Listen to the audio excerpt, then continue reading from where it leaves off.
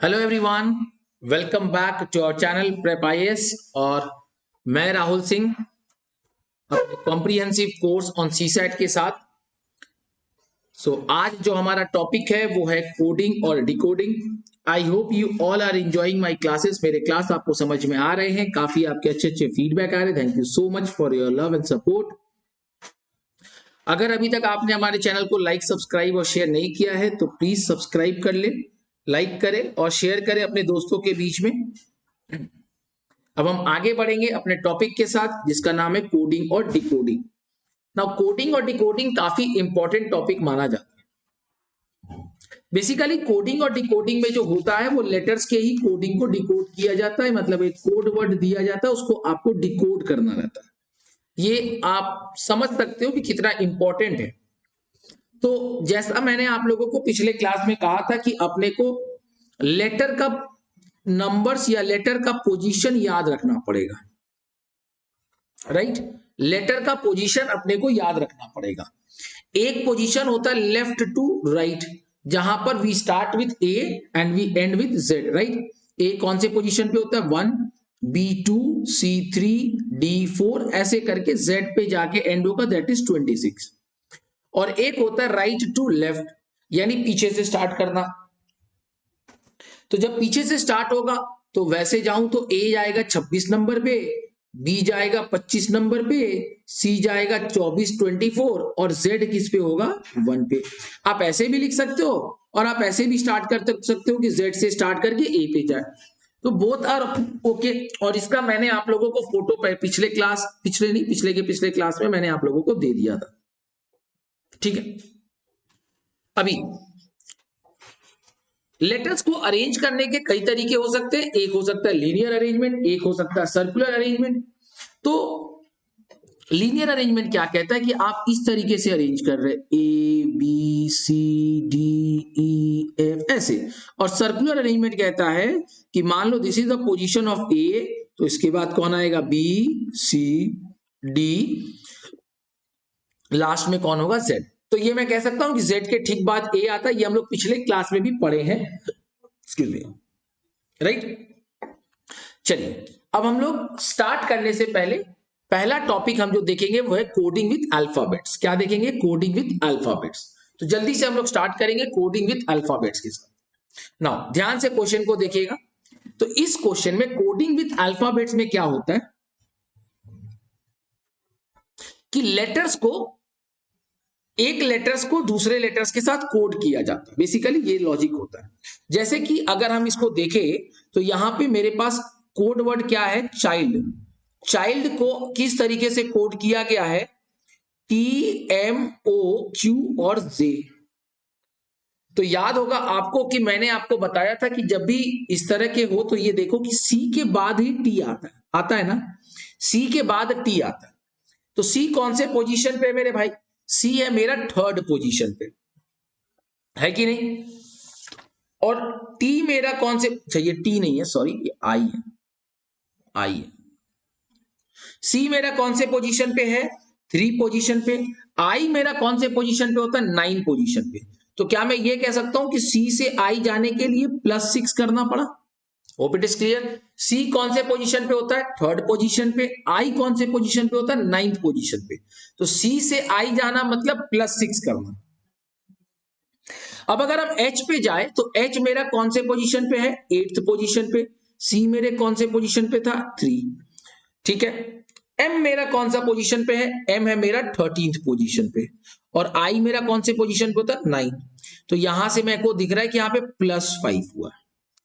अब ये क्या सीक्वेंस बन रहा है ये भी समझ में नहीं आ रहा। It can be in a decreasing order 6 5 4 3 2, it may be something other than that. तो लेट्स सी क्या होता है। आई मेरा कौन से पोजीशन पे? 9। और ओ मेरा कौन से पोजीशन पे होता है? 15। यानी यहां पर फिर +6, कोई दिक्कत। आगे बढ़ेंगे। एल मेरा कौन से पोजीशन पे होता है? एल मेरा होता है 12th पोजीशन पे। कौन से पोजीशन पे? 12th पोजीशन पे। तो और क्यू मेरा कौन से पोजीशन पे होता है? क्यू होता है मेरा 17th पोजीशन पे। तो ये कितना पोजीशन आगे बढ़ा? +5। तो ये क्या सीक्वेंस बना रहा है?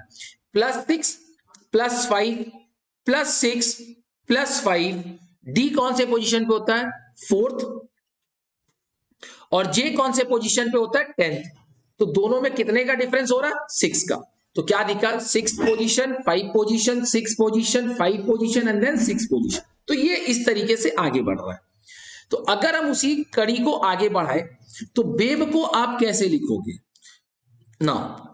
BABE, पहले 6 पोजीशन ऐड होगा, फिर 5, फिर 6 और फिर 5, और अगर आगे होता तो फिर 6 होता है, so on it will move, right. तो B कौन से पोजीशन पे होता है मेरे भाई? 2। तो 2 में से 6 ऐड करेंगे तो 8th पोजीशन होता है, और 8th पोजीशन पे आता है H। यानी ये बात तो क्लियर हो गया कि ये और ये एलिमिनेट हो गया। A कौन से पोजीशन पे है? A है फर्स्ट पोजीशन पे। 5 ऐड करेंगे 6th पोजीशन पे, कौन होता है? F। यानी ये भी श्योर हो गया। अभी भी देखो कंफ्यूज कर रहा है ये। 2 तो मिल गया, अभी तक तुम्हारे को सही जवाब नहीं मिला। फिर आइए बी पे। बी कौन से पोजीशन पे? 2। क्या ऐड होगा? 6 ऐड होगा। तो यहां पर क्या आएगा? जब 6 ऐड होगा तो क्या आएगा? 8th पोजीशन आएगा and that is your H। तो अब मुझे समझ में आ गया कि मेरा आंसर क्या होगा? HFHJ। क्या मेरी बात समझ में आ रही है आपको कि क्या लॉजिक यहां पे लगाया गया? ओके, चलिए नेक्स्ट क्वेश्चन की तरफ मूव करते हैं। If France is coded as NCEFRA and Canada is coded as ADACAN, then how will you code medicine? आइए देखते हैं। फ्रांस कैसे कोड हुआ? NCEFRA।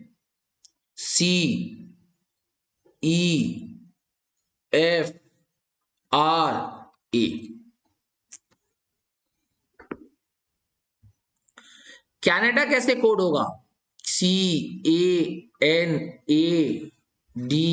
उसको कैसे मैंने कोड किया? ADACAN। अभी तोड़ने के बाद आपको कुछ समझ में आया होगा।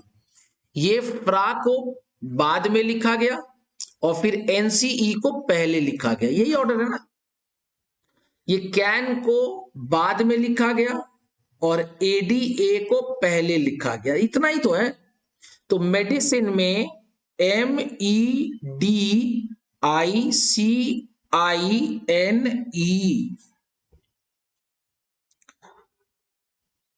कोई दिक्कत?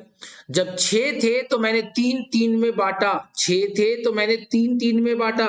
अभी यहां मेरे पास कितने हैं? 8 है।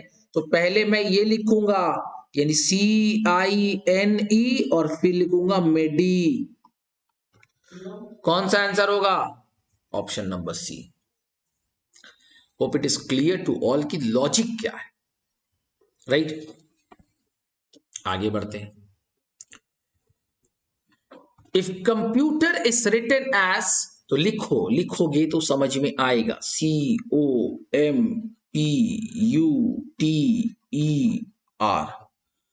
RFUVQNPC।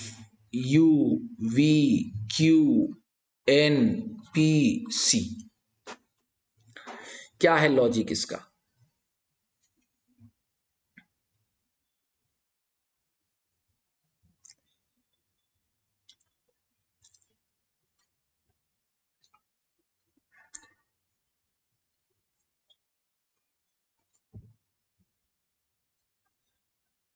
सोचो सोचो।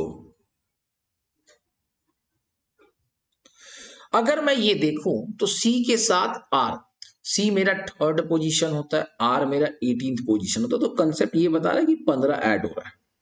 अभी पता नहीं है ना सही है कि गलत है। O कौन सा पोजीशन है मेरे भाई? जल्दी से बताओ, O कौन सा पोजीशन होता है? 15। और F कौन सा पोजीशन होता है? 26 और +6 यानी 32। तो 15 और 15 30 होता है, लेकिन यहां तो 32 आ रहा है। यानी ये ऑप्शन हो सकता है कि यहां पे मैं 13 ऐड कर रहा हूं, मे बी। अभी चेक करूंगा। अगर वो सीक्वेंस है तो ये 11 होना चाहिए, अगर 11 नहीं है तो मेरा तरीका गलत है। M कितने पे है? 13 पे। U कितने पे है? 21 पे।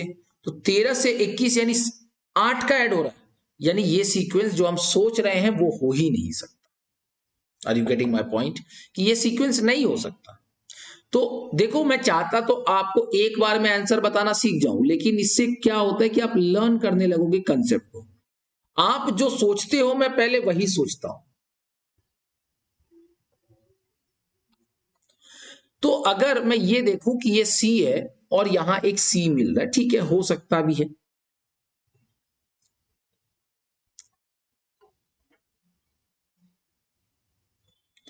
अच्छा सर, ये आर और ये आर मिल रहा है, तो ये बात तो समझ में आ गया कि मेडिसिन में लास्ट वर्ड एम होगा और पहला वर्ड ई होगा, मतलब ऑप्शन इन दोनों में से कोई एक होगा।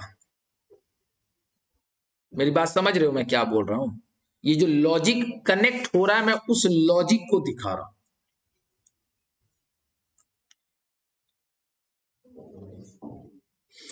अब अगर हम इसको देखें कि ओ से पी कैसे जा रहा है, तो ओ से पी जा रहा है +1,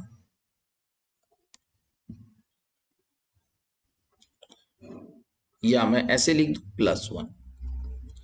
एम से अगर एन पे जाऊं तो एम में भी +1। वाह सर, मिलने लगा रास्ता।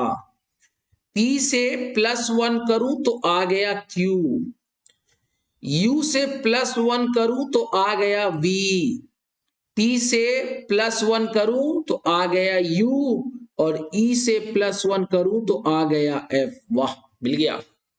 ये क्रॉस कनेक्शन खेल हो रहा है। तो ये बात तो समझ में आ गया। अभी हम क्या करेंगे, मेडिसिन है ना, मेडिसिन, यही तो वर्ड है। तो ये बात तो श्योर है कि पहला वर्ड ई होगा और लास्ट वर्ड एम होगा। इसमें +1 करेंगे तो यहां पहुंचेंगे, तो ई से +1 करेंगे तो एफ आएगा, डी से +1 करेंगे तो ई आएगा। मिल गया आंसर। फिर भी तुम चाहो तो पूरा चेक कर सकते हो। आई से +1 करेंगे तो जे आएगा, सी से +1 करेंगे तो डी आएगा, आई से +1 करेंगे तो जे आएगा, एन से +1 करेंगे तो ओ आएगा। देखो मिल गया क्या? कड़ी खोजो, कड़ी। और कड़ी कैसे खुद मिल पाएगा? प्रैक्टिस से। इसीलिए मैं नंबर्स ज्यादा कर रहा हूं इसमें सम्स के। ओके, क्या बोल रहा है? A is written as Z, B is written as Y and C is written as X. मतलब हम उल्टा लिख रहे हैं, उल्टा ही लिख रहे हैं ना, पक्का? तो रेसिप्रोकल चल रहा है। याद है हमने एक तो रेसिप्रोकल का कंसेप्ट समझाया था, ए से लेके 13 तक, फिर वहां से उल्टा गया था। वैसे ही करना है। तो बी को आप क्या लिखोगे? बी को लिखोगे वाई। अभी सर हम कैसे समझे, कैसे याद रखे? अब आप ये तो नहीं कहोगे ना कि पूरा 26 को लिख के दो, नहीं, पक्का? तुम मेरे को ये बताओ कि एल तुम्हारा किस पोजीशन पे है? सर एल है मेरा 12th पोजीशन पे, है ना?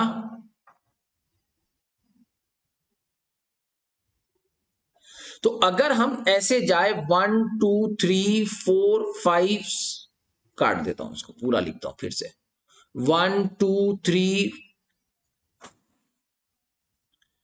4 5 6 7 8 9 10 11 12, यही होगा। और फिर यहां से उल्टा चलेगा 13 14 15 16। तो ऐसे तो याद रहेगा।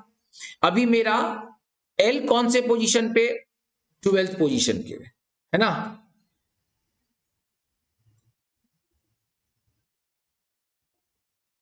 यही तो लॉजिक है। एल मेरा कौन से पोजीशन पे है? 12th पोजीशन पे। तो मेरा अगर, अच्छा 11 के बाद 12, यहाँ थर्ड है। अरे क्या कर रहा हूं यार, रुको मैं फिर से लिखता हूं। A B, sorry A B क्यों लिख रहा हूं? अच्छा चलो लिख देता हूं, A B C D E F G H I J K L और एम। हम बताए थे कि उल्टा जब होगा तो एम से घूम जाएगा। N O P Q R S TUVWXYZ घूम गया ना। अभी A को मैंने लिखा Z, B को लिख रहा हूं Y, C को लिख रहा हूं X, यही तो लॉजिक है। तो जल्दी से बताओ, B को क्या लिखोगे Y, L को क्या लिखोगे O, A को क्या लिखोगे Z, C को क्या लिखोगे X, K को क्या लिखोगे P। आंसर आ गया YOZXP, यानी ऑप्शन नंबर 1 बी। अब आप कहोगे कि सर यहां थोड़ा मुझे टाइम बहुत ज्यादा लग रहा है। हाँ, मैं मानता हूं कि आपको टाइम बहुत ज्यादा लग रहा है, तो मैं थोड़ा ट्रिक तो खोजूंगा ही। क्या खोजूंगा? मेरे पास BLAC और K में से B का पता है, A का पता है और C का पता है। C का क्या है? X। तो अगर ये मुझे समझ में आ रहा है कि ये और ये तो सेटिस्फाइड है, तो ऑप्शन यही होगा। बात समझो, मैं अभी देखो, हर समय आपको ये लॉजिक मिल जाए ऐसा कोई जरूरी नहीं है ना। तो उसके लिए कंसेप्ट जानना जरूरी है कि प्रॉपर कंसेप्ट ये है, और ट्रिक से मैंने भागा तो मैं ये यहां पे खोज लिया। यही तो तरीका होता है कोडिंग और डिकोडिंग का। आइए देखो, आधी इज रिटन एज 1489। अच्छा, ए कौन से पोजीशन पे होता है? 1, D4, H8, I9 हो गया। बता दो जी कौन से पोजीशन पे होता है? 7। I कौन से पोजीशन पे होता है? 9। E कौन से पोजीशन पे होता है? 5। C कौन से पोजीशन पे होता है? 3। Simple as that. तो भाई उस दिन जो मैंने कहा था कि आपको लेटर्स के पोजीशन याद रखने पड़ेंगे, वो रखना पड़ेगा। आइए इसको देखते हैं। Name is written as 13261422। अच्छा, क्या है ये? यहां है 4 शब्द और यहां नंबर से 2 2 4 2 6 और 8। तो ये मैं कह सकता हूं कि 2 2 करके अलॉट किया गया है सबको नंबर। 2 2 करके क्या किया गया? अलॉट किया गया। अगर हम लेफ्ट टू राइट जाते हैं, मतलब स्ट्रेट जाते हैं, तो ए मेरा फर्स्ट पोजीशन पे होता है। लेकिन अगर हम राइट टू लेफ्ट जाए, मतलब पीछे से जाए, तो ए मेरा 26वां पोजीशन होता है। पक्का? एन मेरा 26वां पोजीशन, 13वां पोजीशन होता है ना। ये तो आप कहीं से भी जाओगे तो वैसे ही आएगा मेरे हिसाब से। एन एक ऐसा चीज है, नहीं, एम और एन में बदलाव होता है। एम सीधा में जाओगे तो 13 पोजीशन, और पीछे से जाओगे तो एन 13 पोजीशन। तो ये तो समझ में आ गया। अब आप बताओ ना, टीम, तो TEAM, जो पहले क्लियर है उसको करेंगे। तो ए को लिखेंगे 26, यानी ये समझ में आ गया कि आइदर दिस ऑप्शन और दिस ऑप्शन, क्योंकि यहीं पे सेकेंड लास्ट मतलब यही है, ये और ये मेरे को 26 दे रहा है। ठीक, अब हम ई को पकड़ने की कोशिश करेंगे, क्योंकि ये मेरे लिए सामने है। तो समझना, ए से जब ई जाते हो तो ये 1th पोजीशन पे रहता था, तो ये 5 ही, ठीक है। तो जब ये 26 पे होगा तो ये 21 पे होगा, सॉरी 22 पे होगा ना। यहां पे +4 तो यहां -4, तो यानी ये हो गया 22। अब खोजो, तो ये हो गया 22, यानी ऑप्शन है ये। आप चेक भी करोगे तो टी पीछे से 7 पोजीशन पे और एम 14 पोजीशन पे। अभी मैं एम और एन का कहानी भी बता रहा था।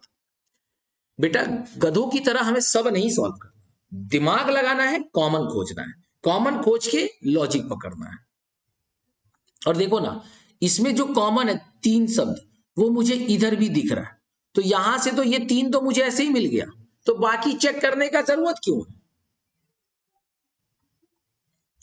आगे, in a certain language table is coded as 5 9, टेबल is coded as 59012। ठीक, and grant is coded as 73945। कोई दिक्कत? तो बताइए जेंटल को आप कैसे कोड करोगे? तो पहले ना बेटा मुझे खोजना पड़ेगा कॉमन वर्ड। यहां पे जी, ये जी, तो जी के लिए तो तुम यहां पे 7 रख दोगे। ई, अभी ई यहां पर है क्या? हाँ है, 2 रखोगे।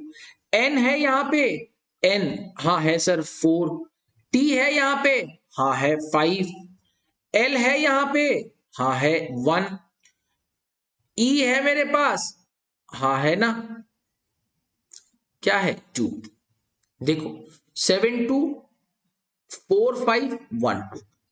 मैंने कोई कोडिंग डिकोडिंग नहीं किया, मैंने तो सिर्फ ये देखा कि किस शब्द को आप किस नंबर से रिप्रेजेंट कर रहे हो और उस कंसेप्ट को लेकर मैंने आगे बढ़ा।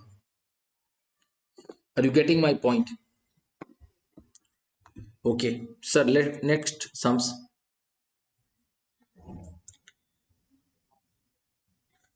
If ELTM is coded as 50, then find the code for YZNP. तो अब आप सोचोगे कि सर ये तो समझ में आ गया कि पोजीशन नहीं है, पक्का। तो अगर ये पोजीशन नहीं है तो ये नंबर्स हो सकता है, मतलब उसके पोजीशंस के तो नहीं है, बट सम ऑफ पोजीशंस पूछा जा सकता है। अब ये पोजीशन लेफ्ट टू राइट दिया है कि राइट टू लेफ्ट दिया हुआ, ये मैटर करता है। तो मैं एक बार चेक करूं, ई मेरा कौन सा पोजीशन होता है? 5। एल मेरा कौन सा पोजीशन होता है? 12। टी मेरा कौन सा पोजीशन होता है? 21। 20 ना। एम मेरा कौन सा पोजीशन होता है? तो एम मेरा होता है 13। चेक करो, 20 30 40 45 50 आ गया, मतलब ये स्टेट पोजीशन दिया हुआ है। बट अगर मैं वैसे भी जाऊं, एक बार मैं चेक करता हूं, तो ये हो जाएगा मेरा 14, ये हो जाएगा मेरा 7, ये हो जाएगा मेरा 15, ये हो जाएगा मेरा 22। तो 20 30 40 नहीं हो रहा है। अगर मैं पोजीशन सही लिखा हूं तो मेरे हिसाब से कुछ गलत हो सकता है। आइए मैं एक बार चेक भी कर लेता हूं। ई को मैंने लिखा 22, एल को लिखा मैंने 15, टी को लिखा मैंने 7 और एम को लिखा 14। सही है। अब आप सोच रहे होगे सर मैं इतना जल्दी कैलकुलेशन कैसे कर लिया, ये भी सीखना जरूरी है ना आपके लिए। देखो एकदम सिंपल सा लॉजिक है, जो भी पोजीशन पे हो उसमें से 27 माइनस कर दो तो 14 आ गया। जो भी पोजीशन पे हो उसमें से 27 माइनस कर दो, जो भी पोजीशन में उसमें से 27 माइनस करो, जो भी पोजीशन में उसमें से 27। देखो सबका सम 27 ही आ रहा है ना। तो एक चीज और समझ में आए कि रेसिप्रोकल अगर दिक्कत है तो ऐसे कर सकते हैं हम, राइट। आगे अभी अगर हम इस कंसेप्ट को देखें तो y मेरा किस पोजीशन पे होता है? 25। z मेरा कौन से पोजीशन पे होता है? 26। n मेरा कौन से पोजीशन पे होता है? 14। p मेरा कौन सा पोजीशन पे होता है? 16। टोटल करो, 20 40 50 60 70 और 11 81। आंसर आ गया। ठीक है, तो वैरायटीज ऑफ कंसेप्ट में आपको दिखा रहा हूं। आइए, if lioness is coded as, आइए दिखते हैं, LIONESS। एल को किस तरीके से कोड किया गया? स्टार। आई को कोड किया गया question mark, hash, at the rate, null, dollar, dollar, मतलब सिंबल्स दिया गया। और मेन को किस तरीके से कोड किया गया? मेन को किया गया arrow, null, at the rate. तुमको क्या चाहिए? मिशन। एम खोजो, एम खोजो मेरे भाई, मिशन है ना तुम्हारे लिए। तो तुम्हारा मिशन भी क्या होगा? खोजना। एम का पोजीशन पे क्या लिखा गया? स्टार। आई के पोजीशन पे क्वेश्चन, एस के पोजीशन पे डॉलर, डॉलर। आगे जाने का जरूरत हमको नहीं लगता है कि है।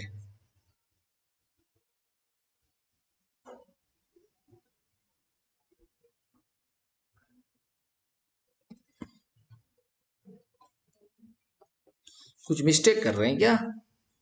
आंसर ही नहीं मिल रहा है। ऐसे कैसे हो सकता है मेरे भाई? एक बार चेक कर लेते हैं। स्टार क्वेश्चन है, ठीक है। Man is this this this.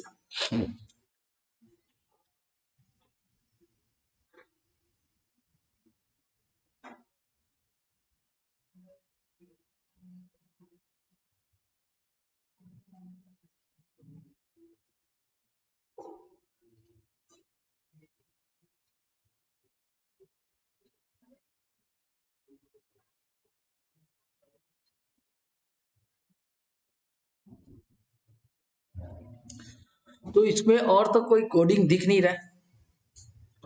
ठीक है, देखते हैं, मिलाते हैं, आंसर्स को मिलाएंगे, आगे देखेंगे। आई के साथ फिर यहाँ पे क्या हो गया? Question mark. ओ के साथ क्या हो गया? हैच। और एन के साथ क्या हो गया? Eight the rate. ये मेरा मिल गया, ये मेरा मिल गया,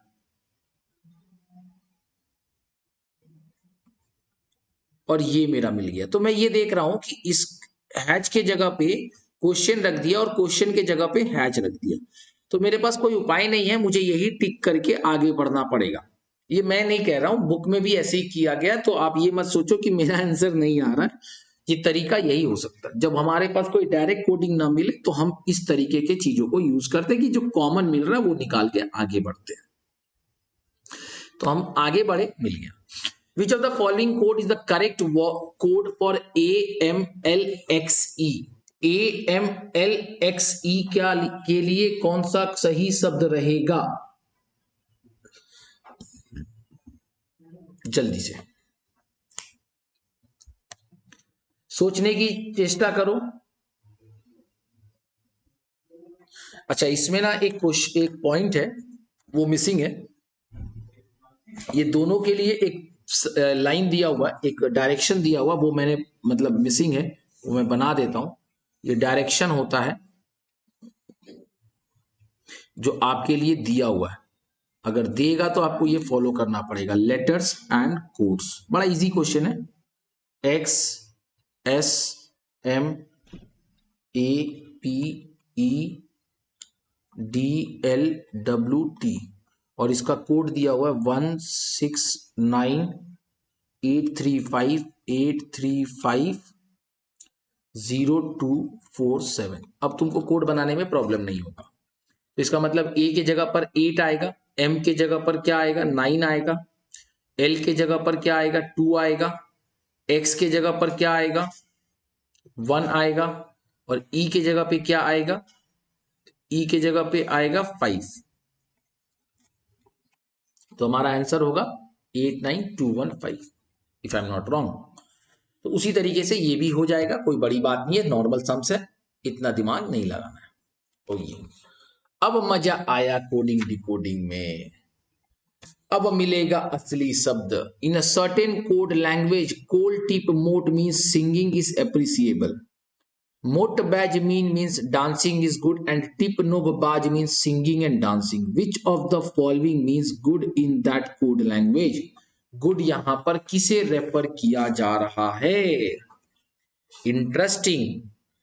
आइए थोड़ा सा इसको हम आगे अच्छे से लिखते हैं, क्वेश्चन को समझते हैं। कोल टिप मोट, क्या लिखा गया कोल टिप मोट के जगह पे? Singing is appreciable. थोड़ा इस पे ध्यान दीजिएगा।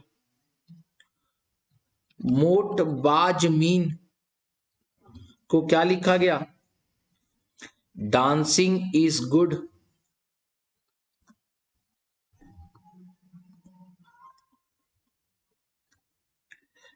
टिप नोब बाज को क्या लिखा गया? Singing and dancing. ठीक है, अब देखो बेटा, चीजों को समझो। आपके क्वेश्चन में गुड का मीनिंग पूछा गया, और गुड है कहां पे?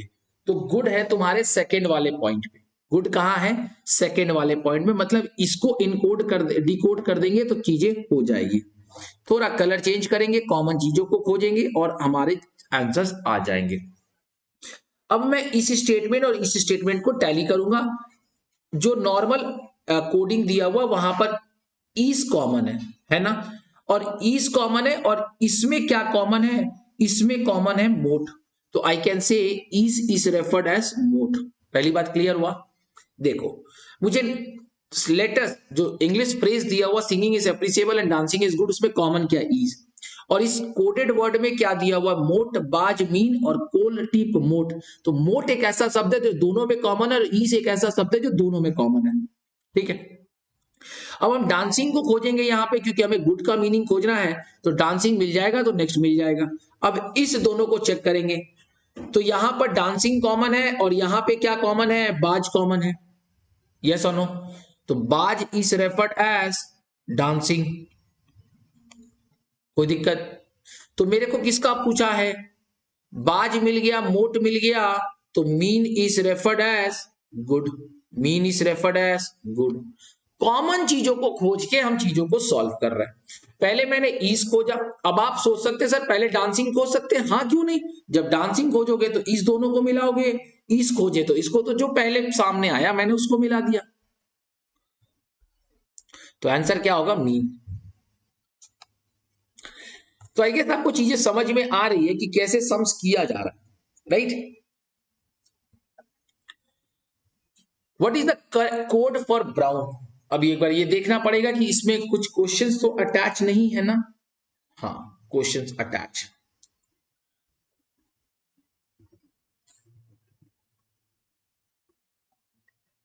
क्वेश्चन ही मैं लिखता हूं, ठीक है ना। वहां से दो क्वेश्चन है वो हम लोग सॉल्व करेंगे।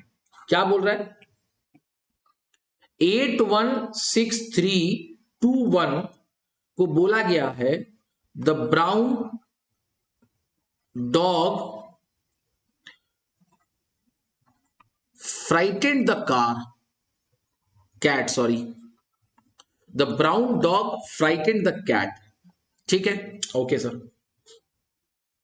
Next is 64851 is written as the frightened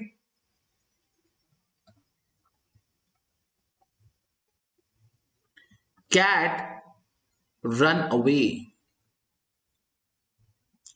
7621 written as the cat was brown.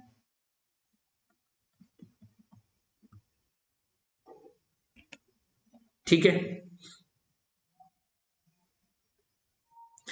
and 341 is written as the dog ran. तो अभी एक बार पहले तो ये समझो कि मेरे पास कॉमन चीज क्या है। अगर आप देखो तो इस स्टेटमेंट में वन एक ऐसा नंबर है जो दो बार आया है, और द एक ऐसा लाइन वर्ड है जो दो बार आया है। तो मुझे ये समझ में जरूर आ रहा है कि the is referred as one, but I am not sure right now. यहां पर भी वन है, यहां पर भी द है, यहां पर भी वन है, यहां पर भी द है, यहां पर भी वन है, यहां पर भी द है, और कोई चीज ऐसा कॉमन नहीं है जो सब में अवेलेबल है। One is available everywhere and the is available everywhere, right. तो पहला पार्ट तो आपको मिल गया।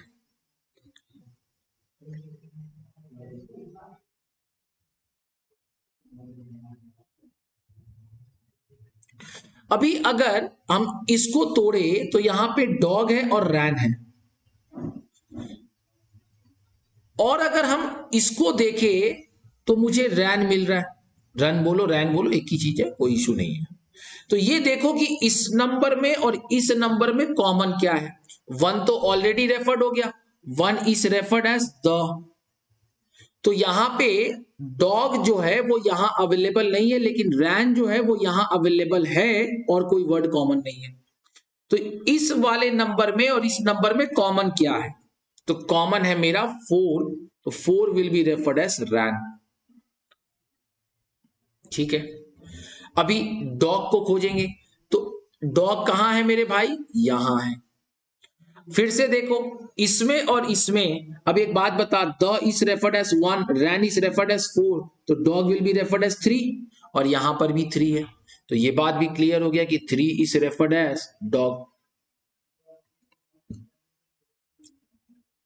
क्लियर?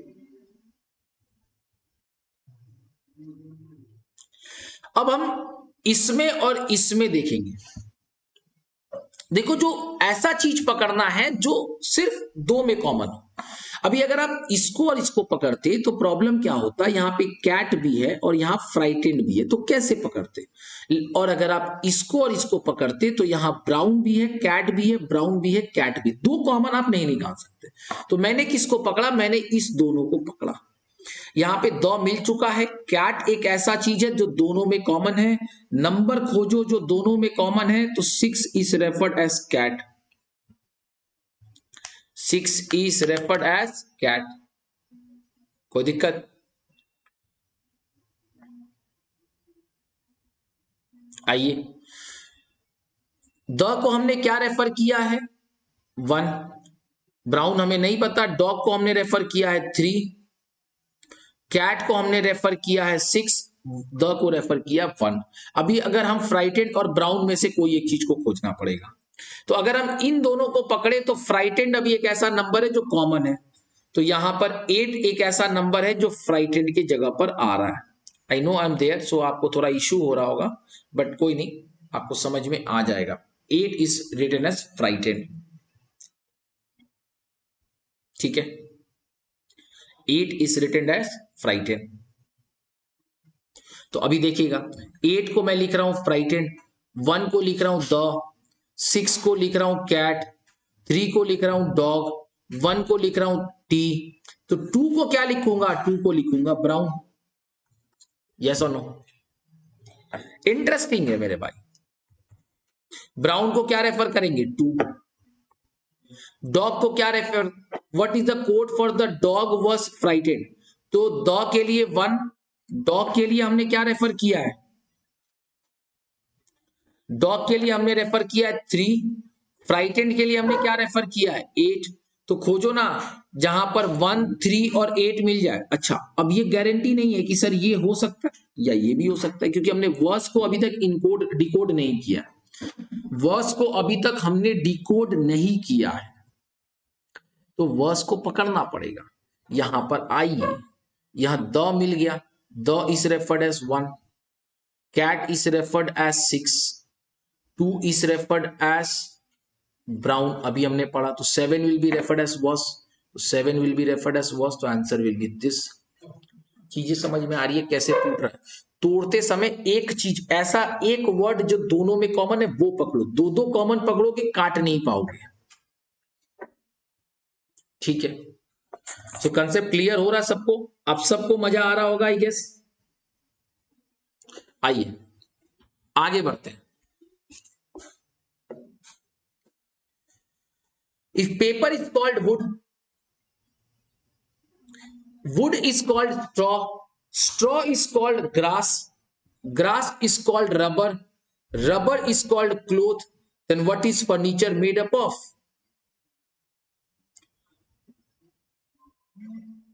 जल्दी बताओ।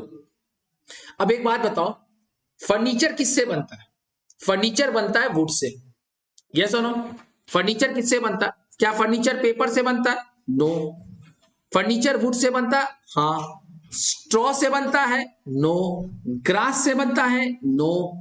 तो हम तो यहां पे फर्नीचर किससे बनता है, वुड से, और वुड को क्या रेफर कर रहे हो, straw. So the answer is straw, simple as that. इसको आप ट्राई करिएगा। आइए, इसके लिए भी कोडिंग है, तो मैं इसको छोड़ दूं, या मैं एक काम करता हूं, इसका एक क्वेश्चन ये लिख देता हूं, ये आप घर पे ट्राई जरूर करिएगा। This is your homework, right. मैं लिख देता हूं उसका कोडिंग, मैं ये पूरा पीडीएफ आपको फॉरवर्ड करवा दूंगा। डिजिट्स और codes 3, 8, 0, 7, 4, 6, 9, 2, 5, 1, 38074692251 is written as H $RAM percentage L K ई और एट द रेट। अभी आपको कोई भी चीज निकालने में प्रॉब्लम नहीं होगा, आप आराम से सम्स को कर सकते हैं, राइट।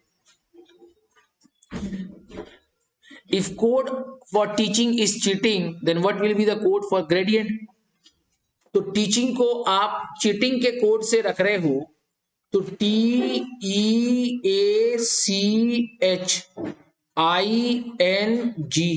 को आप कैसे रख रहे हो, चीटिंग, यानी ये CH पहले आया, फिर EA आया,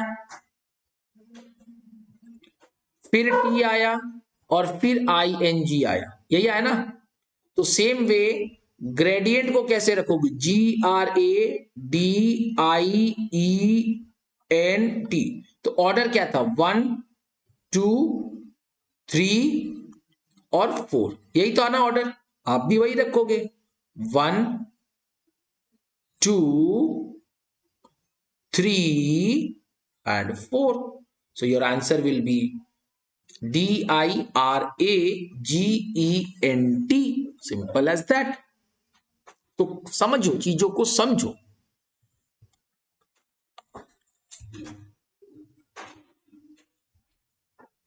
इन code language public is written as, तो इस पे मैंने सम्स करवाया है, आप थोड़ा सा प्रैक्टिस करिएगा, आप ट्राई करिएगा सम्स को। मैं इसके डाउट सेशन में आपके जो डाउट्स है वो जरूर बताऊंगा, प्लीज इसको ट्राई करिएगा, ठीक है। Thank you so much everyone, I hope you all enjoyed the class. आप सबको मजा आया होगा क्लास करके। प्लीज अपना ख्याल रखिएगा, take care and do subscribe our channel. Bye bye.